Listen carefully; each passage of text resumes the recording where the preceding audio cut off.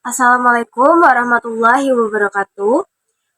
Di sini saya akan membahas tentang arti penting menguasai harmonisasi sains dan agama bagi guru SMA. Nah, dalam era globalisasi yang ditandai dengan perkembangan pesat ilmu dan teknologi, peran guru itu semakin krusial. Jadi, guru itu tidak hanya dituntut untuk menguasai materi pembelajaran, namun juga memiliki kemampuan untuk mengintegrasikan berbagai disiplin ilmu, termasuk sains dan agama. Nah, harmonisasi antara kedua bidang ini itu bukan sekedar tujuan akademis, melainkan fondasi kokoh dalam membentuk generasi yang berkarakter, cerdas, dan beriman. Nah, memahami harmonisasi sains dan agama, harmonisasi sains dan agama itu bukanlah tentang memadukan dua hal yang berbeda secara semu, melainkan upaya kita untuk menemukan titik temu antara keduanya, yaitu sains sebagai metode ilmiah untuk memahami alam semesta, menawarkan penjelasan rasional tentang fenomena alam. Sementara agama itu memberikan kerangka nilai, moral, dan tujuan hidup. Jadi harmonisasi keduanya itu berarti mengakui bahwa sains dan agama sama-sama memiliki peran penting dalam kehidupan manusia, bukan uh, untuk bertentangan. Kemudian, mengapa harmonisasi sains dan agama itu penting bagi guru SMA? Jadi, harmonisasi sains dan agama dalam pendidikan bukan sekedar menggabungkan dua bidang yang berbeda, melainkan upaya untuk menciptakan pemahaman yang lebih utuh dan menyeluruh tentang diri dan dunia. Nah, untuk penjelasan rincinya, yaitu yang pertama membangun karakter siswa. Di sini, guru itu menumbuhkan rasa ingin tahu siswanya. Jadi dengan menghubungkan fenomena alam yang dipelajari dalam sains dengan nilai-nilai keagamaan, siswa diajak melihat dunia sebagai sebuah misteri yang indah dan layak untuk terus dipelajari. Jadi, hal tersebut dapat mendorong siswa untuk memiliki rasa ingin tahu yang tak terbatas dan semangat belajar yang tinggi. Selain itu, guru bisa mengembangkan sikap kritis siswa. Jadi, kemampuan berpikir kritis sangat penting dalam era informasi yang serba cepat ini. Jadi, dengan membandingkan penjelasan ilmiah dengan pandangan agama, siswa ini dilatih untuk menganalisis informasi secara mendalam, membedakan fakta dan juga opini, serta mengevaluasi berbagai argumen. Selain itu juga guru itu bisa membentuk akhlak mulia dari si siswa tersebut. Jadi nilai-nilai agama yang diajarkan dapat menjadi pedoman hidup bagi siswa.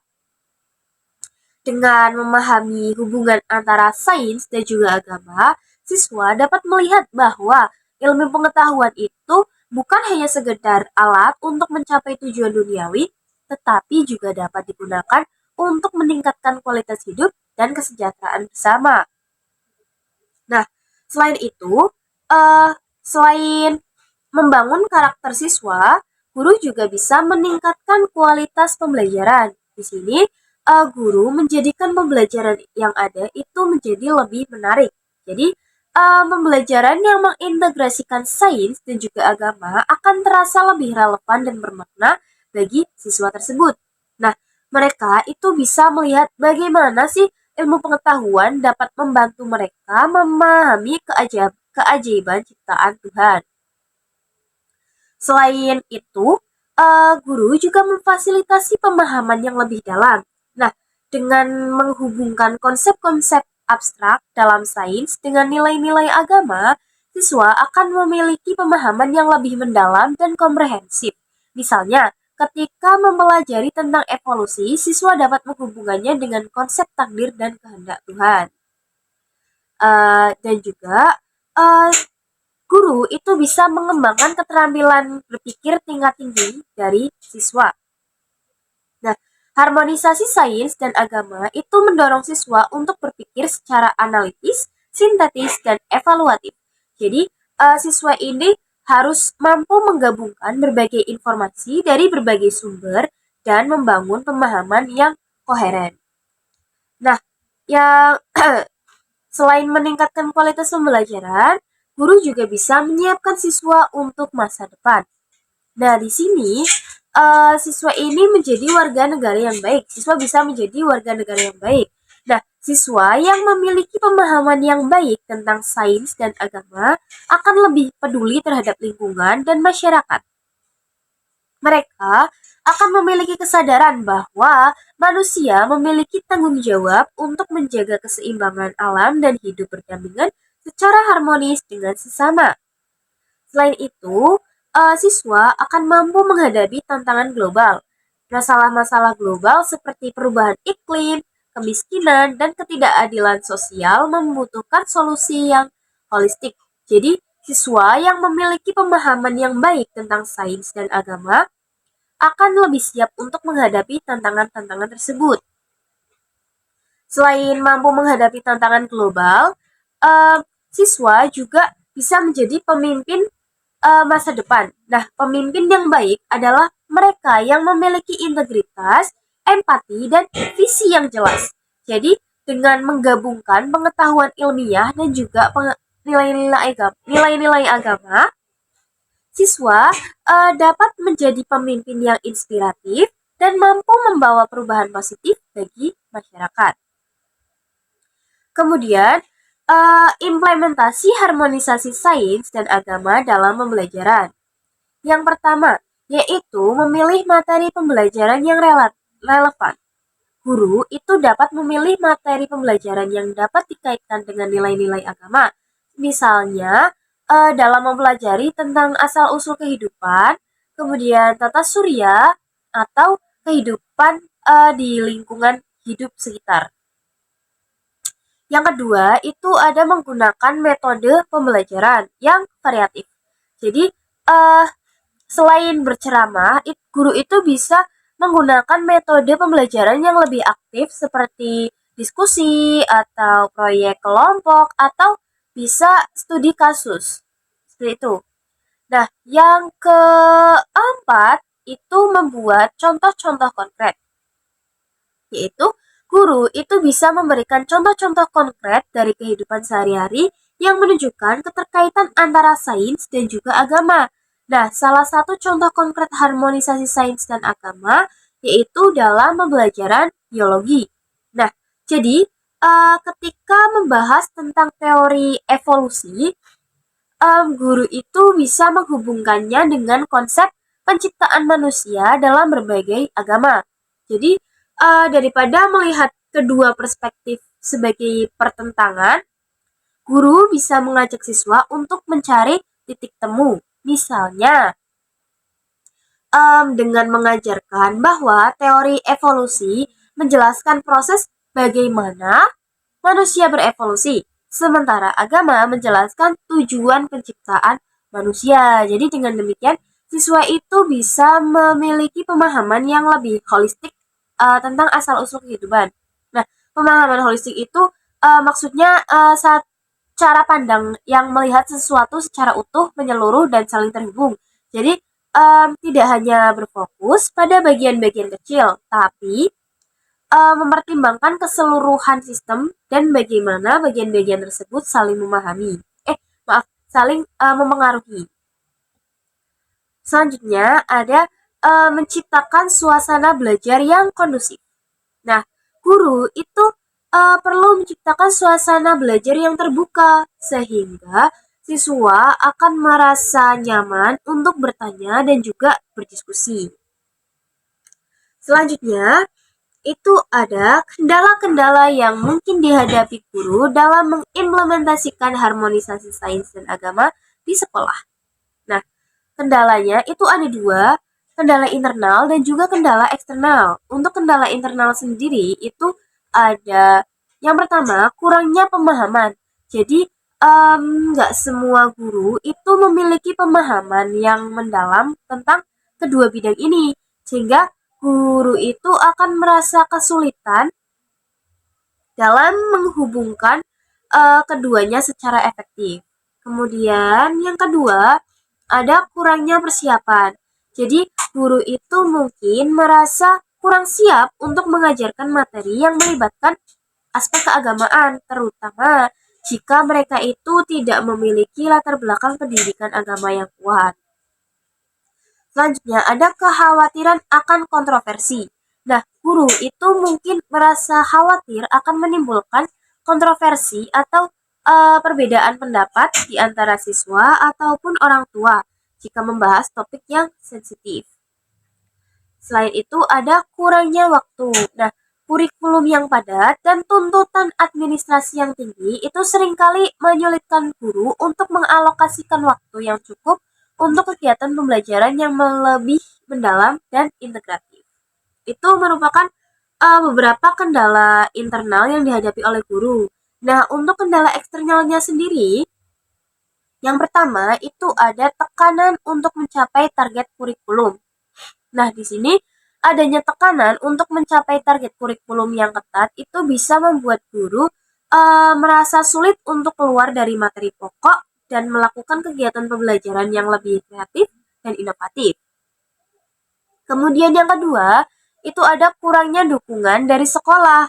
Jadi, kurangnya dukungan dari sekolah baik itu dalam bentuk pelatihan, sumber daya, maupun kebijakan yang mendukung bisa menghambat upaya guru untuk mengintegrasikan sains dan agama.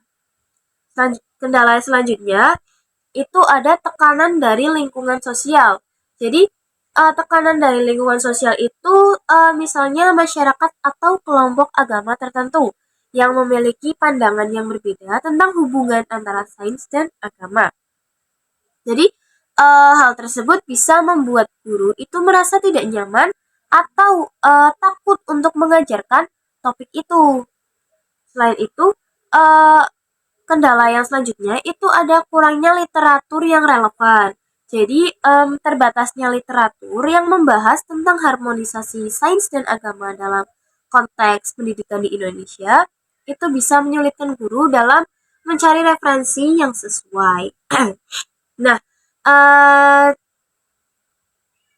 tadi adalah penjabaran dari mungkin kendala-kendala yang mungkin dihadapi oleh guru dalam mengimplementasikan harmonisasi sains dan agama di sekolah. Nah, yang selanjutnya itu ada cara mengatasi kendala dalam mengimplementasikan harmonisasi sains dan agama di sekolah.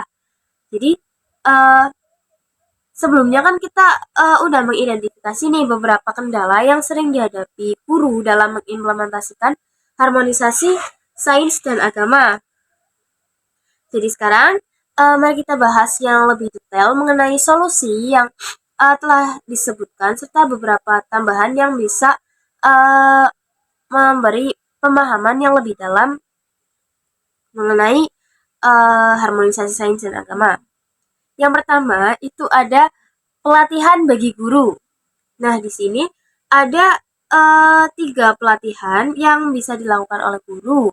Yang pertama itu ada pelatihan komprehensif. Jadi pelatihan ini itu tidak hanya berfokus pada pengetahuan teoritis tentang sains dan agama, tapi juga pada pedagogik, keterampilan pedagogik untuk mengintegrasikan kedua bidang tersebut dalam pembelajaran.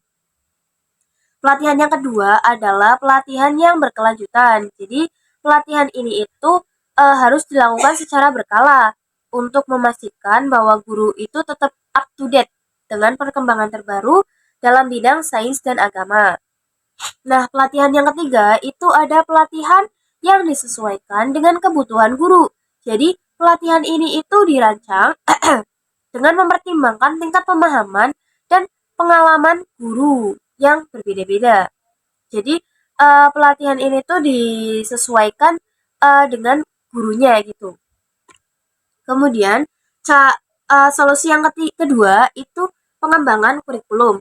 Nah, di sini uh, kurikulum itu kurikulum yang fleksibel. Jadi kurikulumnya itu harus memberikan ruang bagi guru untuk berinovasi dan menyesuaikan materi pembelajaran dengan kebutuhan siswa dan konteks lokal.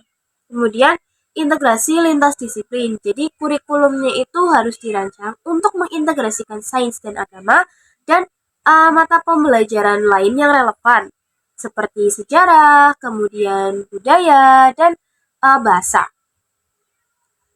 Kemudian selain itu pengembangan materi di kurikulum itu juga berkualitas. Jadi materinya itu harus disusun secara sistematis, menarik dan mudah dipahami oleh siswa. Untuk solusi yang ketiga itu ada dukungan dari sekolah. Jadi beberapa dukungan yang bisa dilakukan yaitu yang pertama ada alokasi anggaran.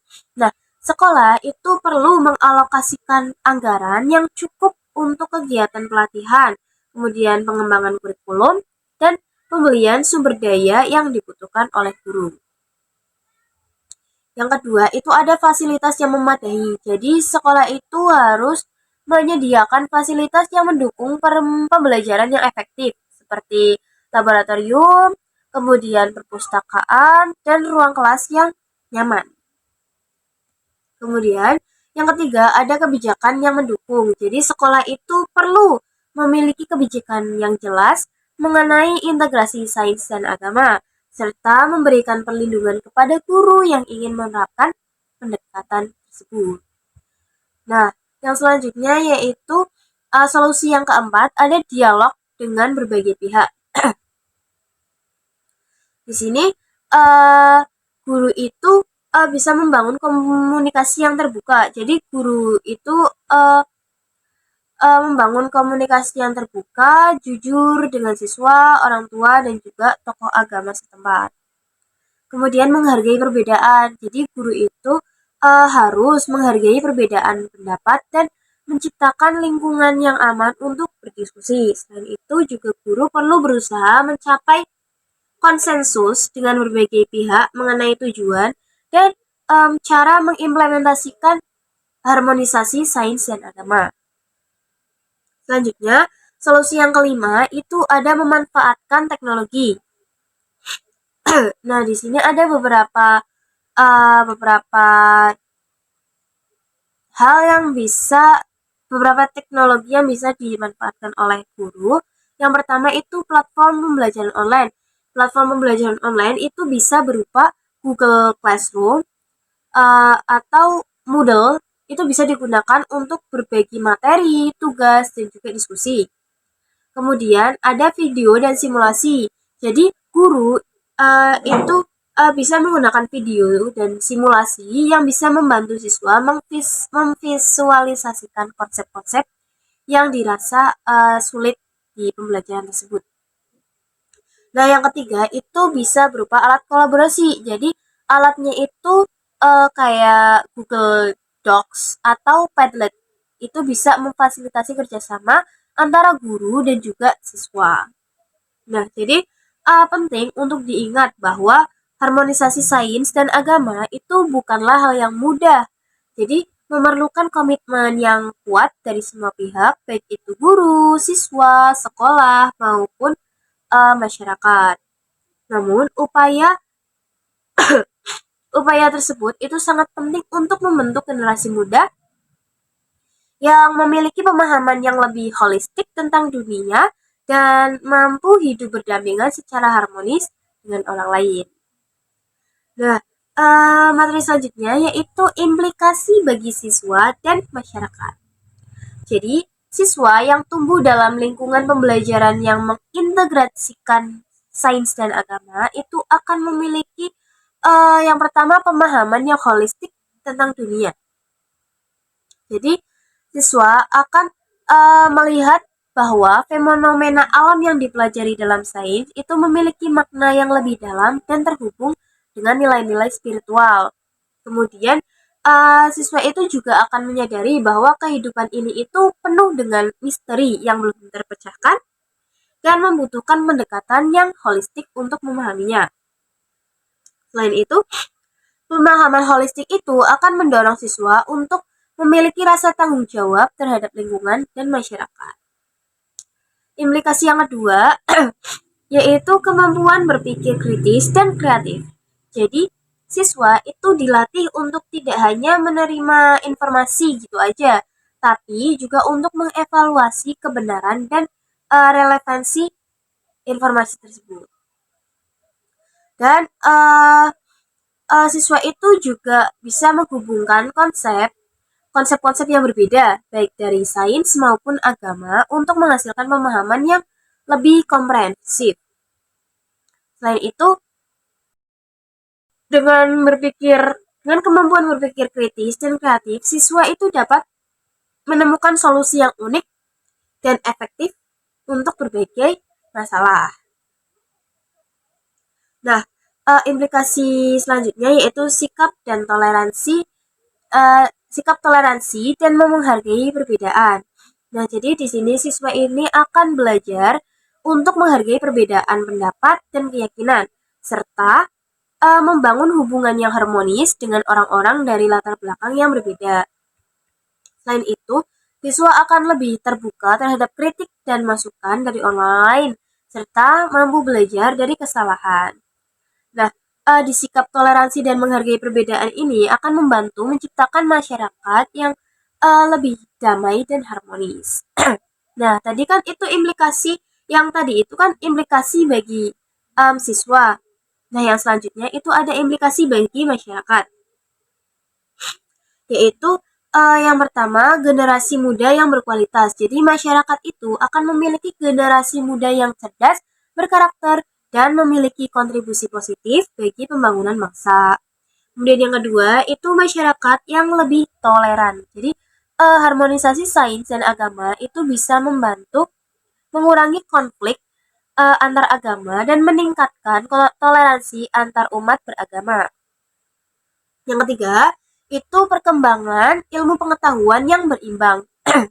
Jadi, integrasi antara sains dan agama itu bisa mendorong perkembangan ilmu pengetahuan yang gak hanya ngejar kemajuan teknologi, tapi juga memperhatikan nilai-nilai kemanusiaan. Kemudian yang keempat, itu ada solusi yang lebih komprehensif untuk masalah ekonomi. Untuk masalah sosial. Jadi dengan pemahaman yang holistik, masyarakat itu akan mampu mencari solusi yang lebih komprehensif untuk masalah sosial yang kompleks. Jadi dalam jangka panjang, harmonisasi sains dan agama itu akan berkontribusi pada terbentuknya masyarakat yang lebih maju, damai, dan juga sejahtera. Jadi masyarakat yang memiliki penduduk yang berpendidikan, berakhlak mulia, dan memiliki rasa tanggung jawab sosial itu akan lebih mampu menghadapi tantangan di masa depan. Seperti itu. Nah, yang selanjutnya itu ada beberapa contoh perbuatan harmonisasi sains dan agama di kehidupan sehari-hari.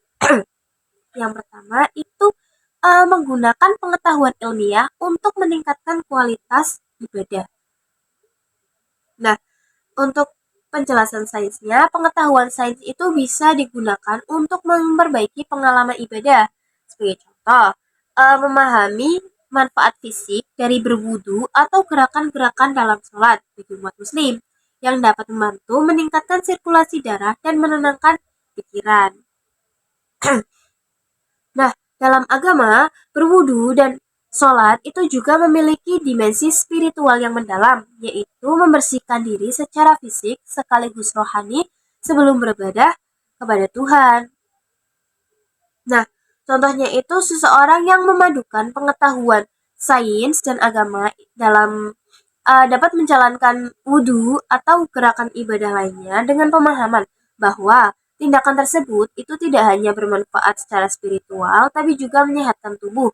Jadi semakin memotivasi mereka untuk melakukan ibadah dengan lebih khusyuk. Yang kedua itu mendukung pendidikan dengan pendekatan ilmiah dan etika agama. Nah, untuk penjelasan sainsnya itu ilmu pendidikan memberikan berbagai metode yang efektif untuk mendidik anak-anak dan remaja, seperti pendidikan berbasis bukti, yaitu evidence based dalam mengajar. Jadi psikologi perkembangan itu juga membantu memahami cara terbaik untuk mengajar sesuai dengan tahap perkembangan anak. Nah, untuk penjelasan agamanya sendiri, banyak agama menekankan pentingnya mendidik anak-anak dengan nilai-nilai moral dan spiritual, seperti kejujuran, bersabar, dan tanggung jawab. Jadi agama itu juga mendorong untuk menyelaraskan pendidikan akademis dengan pendidikan karakter.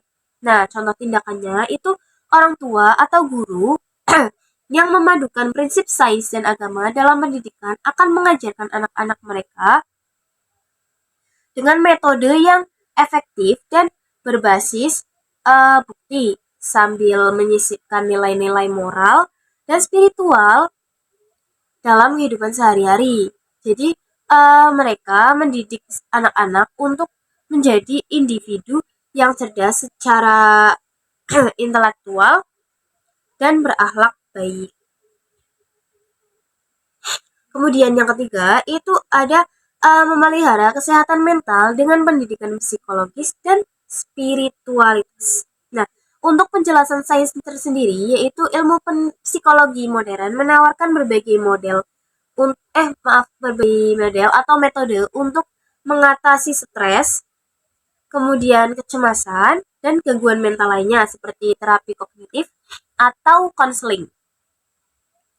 Nah, untuk penjelasan agamanya sendiri yaitu agama itu menawarkan jalan spiritual untuk menenangkan hati dan juga pikiran, serta meditasi doa dan praktik ibadah yang membantu menghubungkan individu dengan kekuatan yang lebih tinggi. Nah, contoh tindakannya sendiri yaitu seseorang yang memadukan sains dan agama mungkin akan mencari bantuan dari psikolog atau konselor untuk mengatasi masalah mental, tetapi juga menggunakan ibadah, doa, dan meditasi sebagai cara tambahan untuk memperoleh ketenangan batin. Jadi dengan mengharmonisasikan sains dan agama dalam kehidupan sehari-hari, individu itu bisa menjalani hidup yang lebih seimbang dan penuh makna, menggabungkan pengetahuan ilmiah yang rasional dengan nilai-nilai spiritual yang mendalam. Seperti itu.